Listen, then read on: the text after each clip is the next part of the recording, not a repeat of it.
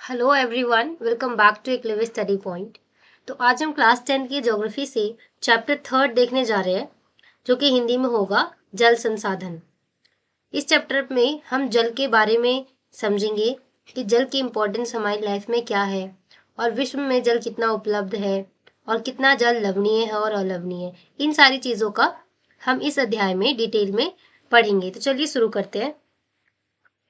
तो सबसे पहले मैं आपको बता दूं कि पूरे विश्व में जितना भी जल है, उसके जो कुल आयतन है वो 96.5% भाग जो है वो सिर्फ महासागरों में है, और जो बचा हुआ 2.5% है, केवल वही जल जो है वो अलवणीय है। मीन्स कि पीने योग्य जल की जगह अगर हम बात करें, जो हम पी सकते हैं, वो केवल अलवणीय जल केवल 2.5% ही है।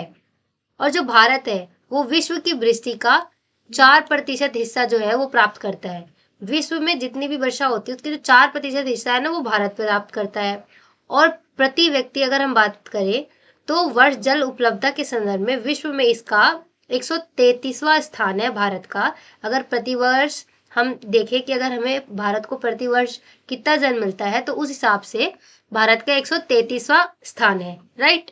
और पहले की सूचना के अनुसार अगर हम बात करें तो 2025 तक जो भारत है उसको बड़ा हिस्सा जो है विश्व के अन्य देशों और क्षेत्रों की तरह जो है जल नितांत की कमी महसूस करेगा। मतलब ऐसा माना जाता है, ऐसा कहा जाता है कि 2025 आने तक जो भारत है उसको ना जल की कमी महसूस होगी और उसको उसका सामना करना पड़ेगा, राइट।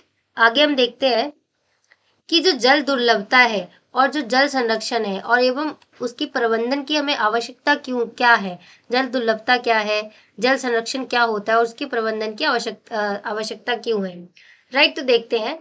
तो जल की दुर्लभता होती है उसके बढ़ते मांग की तुलना में उपलब्धता में कमी फलस्वरूप उत्पन्न होती है। मतलब जितना जल का मांग है उसके हिसाब से जल कम उपलब्ध होता है, तो उसको कहते हैं जल दुर्लभता। मतलब जल की दुर्लभता हो रही है, बहुत मुश्किल से मिल रहा है, जितनी जरूरत है उससे भी कम मिल रहा है। तो जल की दुर्लभता उसके बढ़ते मांग की तुलना में उपलब्धता में कमी के फलस्वरूप उत्पन्न होती है। मीन्स मांग बढ़ रहा है परंतु जो उपलब्धता है वो कम है, इस वजह से जल दुर्लभता जो है वो उत्पन्न होती है। ठीक है। और जल दुर्लभता के कारण क्या होते हैं? सबसे पहला बात, अतिशोषण और अत्यधिक प्रयोग। अंधाधुंध प्रयोग करना, अत्यधिक जितना मर्जी आए बहाए प्रयोग करे, अगर ब्रश कर रहे हैं तो नल खोल के छोड़ देना वगैरह वगैरह। तो सबसे पहला कारण तो ये हो जाता है कि हम अत्यधिक प्रयोग करते हैं जरूरत से ज्यादा। और जो समाज के जो विभिन्न वर्ग हैं उनमें जल का असमान वितरण है, कहीं पर बहुत अधिक जल है और कहीं पर बहुत कम। तो जहाँ पे ज्यादा अधिक होता है वहां पे लोग क्या करते हैं, ज्यादा वेस्ट करते हैं जल को। तो एक असमान वितरण होना जल का, वो भी एक कारण हो जाता है जल दुर्लभता का। और अधिक जनसंख्या भी है, जितना जल है उसके डबल, उसके हिसाब से जो जनसंख्या है वो कहीं ज्यादा है, जिसके कारण भी क्या होता है, जल की दुर्लभता हो जाती है। तो आगे देखते हैं हम। अब हम देखते हैं बांध क्या होता है। तो बांध ना बहते जल को रोकने के लिए, दिशा देने या बहाव कम करने के लिए एक खड़ी की गई बाधा है। जैसे कि आप इस पिक्चर में देख पा रहे होंगे कि जो एक जल है वो जो बहते जा रहा है, तो जो उसका बहाव है और जो उस बहाव को ना एक ही दिशा देने के लिए एक खड़ी की गई बाधा, या यूं कहिए एक दीवार खड़ी कर दी जाती है, जिससे क्या होता है उस जल के आगे बाधा खड़ी हो जाती है, जिससे आगे वो नहीं जा पाता है। किसी विशेष प्रक्रिया के द्वारा ही वो वहां से आगे जाता है जल।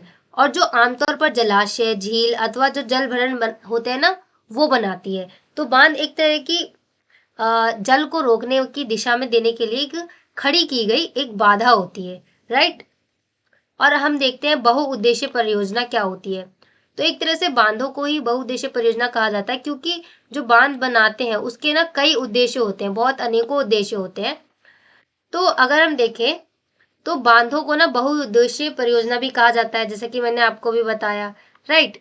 बांधों को क्या कहा जाता है, बहुउद्देशीय परियोजना भी कहा जाता है, क्योंकि जो इसके उद्देश्य होते हैं ना वो बहुत अधिक होते हैं। मछली पालन, बिजली उत्पन्न करना, सिंचाई के लिए, तो हो गए ना बहुत सारे उद्देश्य, इसलिए इस परियोजना को बहुउद्देशीय परियोजना भी कहा जाता है। और जहां एकत्रित जल के अनेकों उपयोग समन्वित होते हैं, उदाहरण के तौर पर अगर हम बात करें तो जो सतलुज ब्यास है उसके बेसिन में भाखड़ा नांगल जो परियोजना है वो बहुउद्देशीय परियोजना का ही उदाहरण है, जिससे जल विद्युत उत्पादन और सिंचाई जो होता है वो दोनों के काम ही आता है। राइट, तो आई होप कि आपको यहाँ तक क्लियर हो रहा होगा कि बहुउद्देशीय परियोजना क्या होती है, क्योंकि इस उद्देश्य की परियोजना में बहुत सारे उद्देश्य होते हैं, ना ही केवल विद्युत उत्पन्न करना, मत्स्य पालन, मछली पालन और सिंचाई के लिए भी। राइट, तो इसके बहुत सारे उद्देश्य होते हैं, जिसके वजह से बांधों को क्या कहते हैं, बहुउद्देशीय परियोजना भी कहा जाता है। और अब हम आगे देखते हैं कि जो हम ये बहुउद्देशीय परियोजना बनाते हैं उनके फायदे क्या क्या होते हैं। सबसे पहला कि विद्युत उत्पादन कर सकते हैं, और जो सिंचाई होता है उसके घरेलू सिंचाई के लिए भी कर सकते हैं। राइट, और जो घरेलू और औद्योगिक उपयोग होता है उसके लिए भी जल आपूर्ति हो सकती है। ठीक है, और बाढ़ नियंत्रण में बांध बनाने से क्या होता है, जो बाढ़ आता है उसमें भी नियंत्रण हो जाता है, हो सकता है बांध बनाने से। और मनोरंजन, आंतरिक नौ संचालन, मछली पालन, जैसे कि मैंने बताया मछली पालन भी करा जाता है बांधों में, और नावें चलाई जाती हैं, जिसकी वजह से क्या होता है, मनोरंजन भी बढ़ता है। और नदियों पर बांध बनाने और उनका बहाव जो है ना वो नियंत्रित करने से उनका जो प्राकृतिक बहाव है वो अवरुद्ध हो जाता है। ठीक है, क्योंकि जिस तरह से वो नेचर वाइज अपने आप फ्लो कर रहे थे, अगर आप वहां पे एक बांध बना देंगे तो ऑब्वियसली जो उनका प्राकृतिक बहाव है वो रुक जाएगा। अवरुद्ध मीन्स रुक जाएगा, है ना, जिसके कारण क्या होता है कि तलछट का जो बहाव होता है ना वो कम हो जाता है, और अत्यधिक तलछट के जलाशय की तली पर जमा होने से जो नदियां होती है ना उनका तल अधिक चट्टानी हो जाता है, और उसमें नदी जल जो आवास होते हैं उसमें भोजन की कमी हो जाती है। तो होता क्या है कि जो तलछट होता है ना वहाँ पे अधिक तली जमा हो जाती है, जिसके कारण वो वहाँ पे ना वो चट्टानी सा हो जाता है। और जो नदी में जो जलीय आवास होते हैं जैसे मछली वगैरह, तो उनके लिए जो भोजन होता है ना उसमें कमी आ जाती है, क्योंकि वहाँ का जो तलछट होता है वो चट्टानी हो जाता है ना। और आगे देखते हैं हम। और यहाँ पे आप ये भी देख पा रहे होंगे कि जो बाढ़ के मैदान होते हैं ना उसमें बनाए जाने वाले जो जलाशय होते हैं उसके द्वारा वहां मौजूद वनस्पति और जो मिट्टियां जल में डूब जाती हैं। क्या होता है कि जब हम बांध बनाते हैं तो उसके आसपास के जितने भी जो वनस्पति वगैरह होते हैं और जो मिट्टियां होती है वो काटना पड़ता है वनों को, और मिट्टियां वहां की ढह जाती है, डूब जाती है, जो कालांतर में अपघटित हो जाती हैं। ठीक है, और स्थानीय जो समुदाय होते हैं उनको बृहद स्तर पर विस्थापन का कारण भी बनती है। मतलब देखिए, जब वहां पे बांध किसी भी पर्टिकुलर प्लेस पे बांध बनाया जाता है तो क्या होता है कि वहां के आसपास पेड़ों को काट दिया जाता है, जिसकी वजह से क्या होता है, वनस्पति का भी नुकसान होता है, मृदा का भी नुकसान होता है। राइट, और फिर क्या होता है कि जो वहां के जो स्थानीय समुदाय होते हैं ना उनको भी विस्थापित कर दिया जाता है, कि उनको वहां से हटाना पड़ जाता है बांध बनाने के लिए। ठीक है, तो जिसके कारण जो वहां के स्थानीय समुदाय होते हैं ना उनको बहुत ही तरह का नुकसान होता है। अब हम आगे देखते हैं कि इसके कारण क्या होता है ना, जो भूमि निम्नीकरण होता है उसकी भी समस्या बढ़ जाती है, और जो बहुउद्देशीय योजना होते हैं ना उसके कारण क्या होता है, भूकंप की जो संभावना है वो भी बढ़ जाती है, और साथ ही अत्यधिक जल के उपयोग से क्या होता है, जो जल है वो बढ़ जाता है, और साथ ही अत्यधिक जल के उपयोग से ना जो जल है वो जनित बीमारियां भी हो जाती है, और फसलों में कीटाणु जनित बीमारियां जो होती है, जो प्रदूषण होता है वो भी फैलता है। तो ऐसा नहीं है कि बहुउद्देशीय परियोजनाओं का केवल फायदा भी होता है, इसके कुछ नुकसान भी होते हैं, जो आप इस स्लाइड में देख पा रहे होंगे। आप एग्जाम में ये लिख सकते हैं कि वहाँ के जो समुदाय उनको विस्थापन का कारण बनना पड़ता है, बहुउद्देशीय जो योजना होती है उसके कारण भूकंप की संभावना बढ़ जाती है, भूमि निम्नीकरण की समस्या बढ़ती है, और कई जो जल जनित बीमारियां होती है, जो फसलों में कीटाणु होते हैं वो प्रदूषण फैलाते हैं। राइट, तो ये सारी चीजें हमने देखा बहुउद्देशीय परियोजना के बारे में। अब हम आगे देखते हैं कि ये जो बहुउद्देशीय नदी घाटी परियोजना है उसमें नदी घाटी पर बांध बनाकर इसके अनेक प्रकार के उद्देश्यों को पूरा करना बहुउद्देशीय नदी घाटी परियोजना कहलाती है। अगर आपसे कोई पूछा जाए कि बहुउद्देशीय जो परियोजना है वो होता क्या है, तो आप एक लाइन दो लाइन में आंसर ऐसे लिख सकते हैं कि नदी पर बांध बनाकर इसके अनेक प्रकार के उद्देश्यों को पूरा करना। जैसे कि मैंने बताया बहुत सारे अनेकों उद्देश्य होते हैं, तो अनेकों उद्देश्यों को पूरा करना बहुउद्देशीय नदी घाटी परियोजना कहलाता है। ठीक है, और आगे देखते हैं हम बहुउद्देशीय नदी परियोजना के विरोध में आंदोलन। मतलब जैसा कि मैंने अभी बताया बहुउद्देशीय परियोजना से क्या होता है, वहां का जो सामाजिक होता है, वहां का जो समुदाय होता है उसको विस्थापन का सामना करना पड़ता है, वनों का नुकसान होता है, तो इस वजह से क्या होता है उसके बदले में ना इस परियोजना के विरोध में आंदोलन करे गए हैं। तो आगे हम उसी के बारे में देखेंगे। तो जो बहुउद्देशीय जो होता है उसमें नदी परियोजना और जो बड़े बांध, नए सामाजिक आंदोलन जैसे कि नर्मदा बचाओ आंदोलन आपने पढ़ा होगा, टिहरी बांध आंदोलन के कारण से स्थानीय जो समुदाय होते हैं वहां के, उनके बृहत स्तर पर विस्थापन के कारण, मुख्य कारण क्या था कि जो वहां के समुदाय होते हैं उनके विस्थापन के कारण जो है ये जो आंदोलन थे वो करे गए थे, जैसे कि नर्मदा बचाओ और टिहरी बांध आंदोलन, राइट।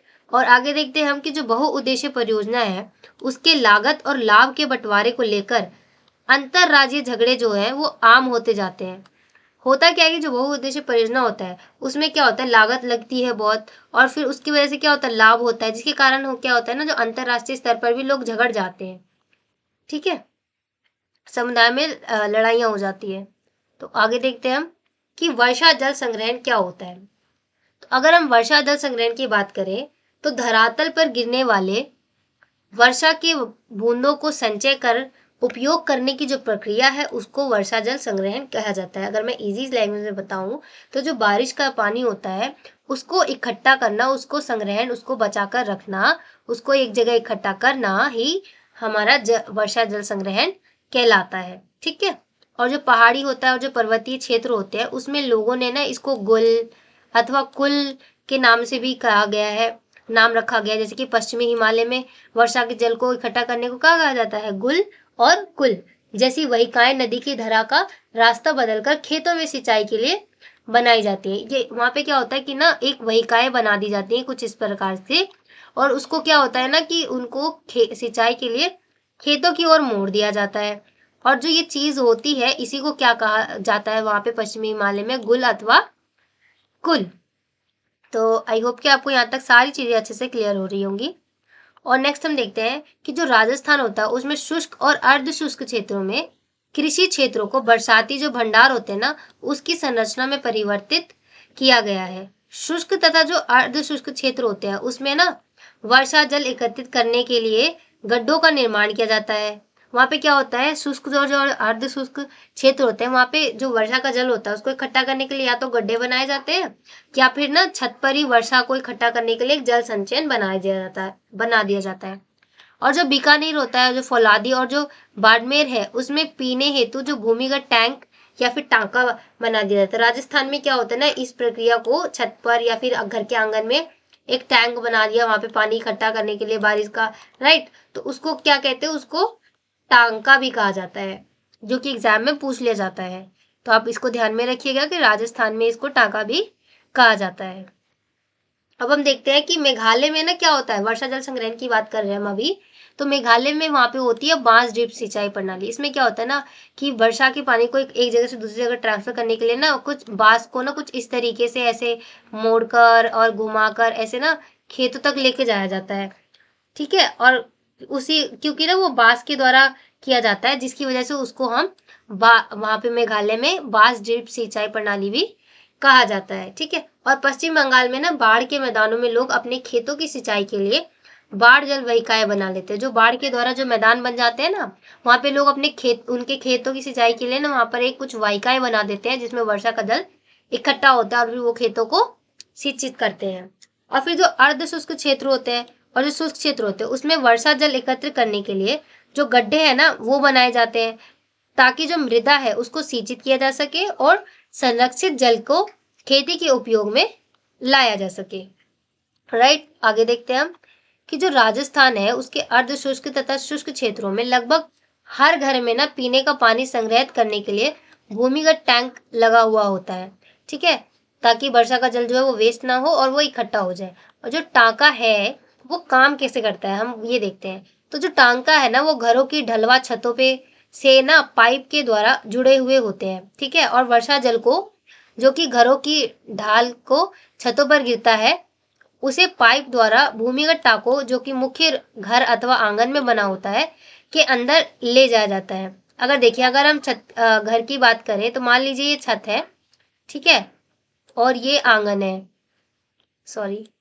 मान लीजिए ये की छत है और कुछ इस प्रकार से आपका घर है, ठीक है। और यहाँ पे क्या है ना कि यहाँ पे वो टैंक बिछाया हुआ है।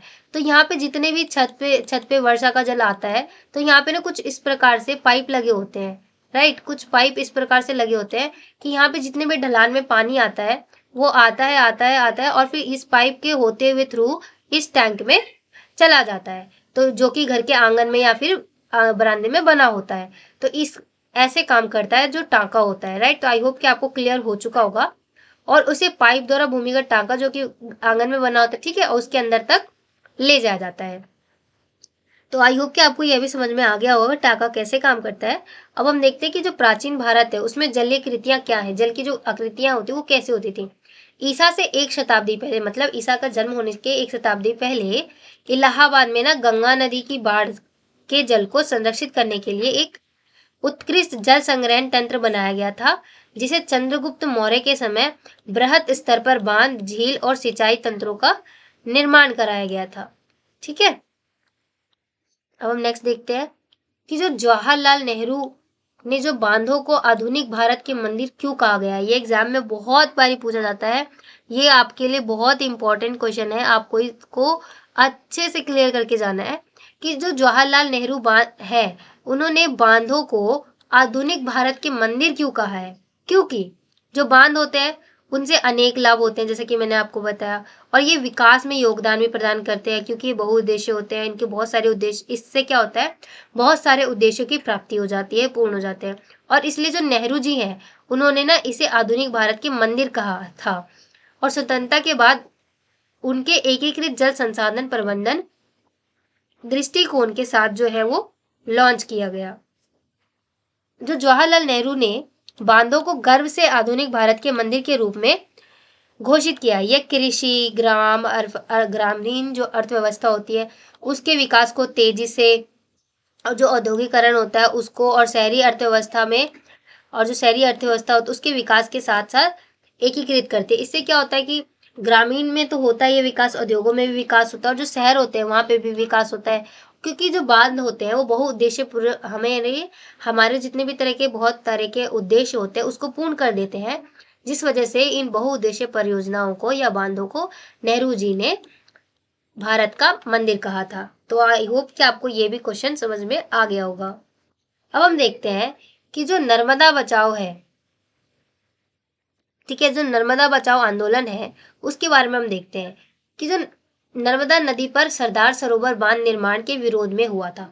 तो ये जो नर्मदा बचाओ आंदोलन था ना, वो सरदार सरोवर जो बांध है उसके विरोध में हुआ था। और आंदोलन गैर सरकारी संगठन यानी कि एनजीओ द्वारा संचालित जनजातीय लोगों, किसानों और जो पर्यावरणविद होते हैं, मानवाधिकार जो कार्यकर्ता होते हैं, जो सरदार सरोवर परियोजना के विरोध में लामबंद हुए थे, ये सारे लोग जो थे वो इस आंदोलन के लिए लामबंद हुए थे, इकट्ठा हुए थे। और आरंभ में ना ये आंदोलन जो है वो जंगलों के बांधों के पानी में डूबने के मुद्दे पर केंद्रित था, राइट।